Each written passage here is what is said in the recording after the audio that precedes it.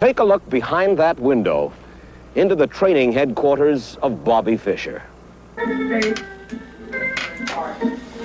kidding. Championship chess is a physically exhausting game. More than just a test of mind and will, it is a contest of physical endurance too. Bobby is 29 and he lives virtually a monastic life. Exercise is part of it.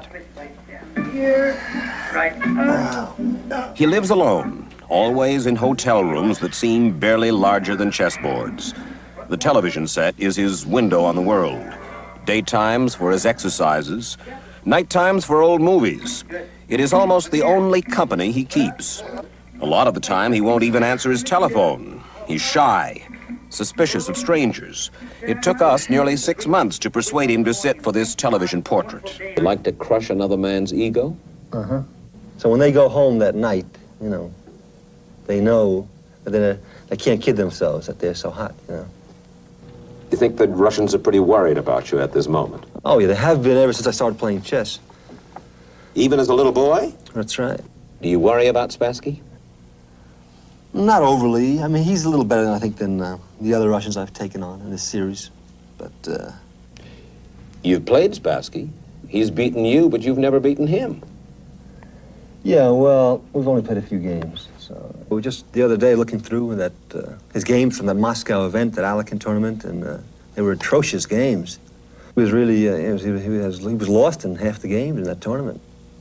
Really bad games on his part. Why would that happen to a man who, after all, is the champion of the world? Well, the champion of the world. First of all, I didn't compete, so he's not really much of a champion, but, you know, he's the best they've got. That's a big deal. Where do you get your confidence? Well, when you're successful, you realize there must be something going on. I mean, why am I so successful? There must be a reason, right? So obviously there's something, some natural ability, some, you know, factors working, right? Right.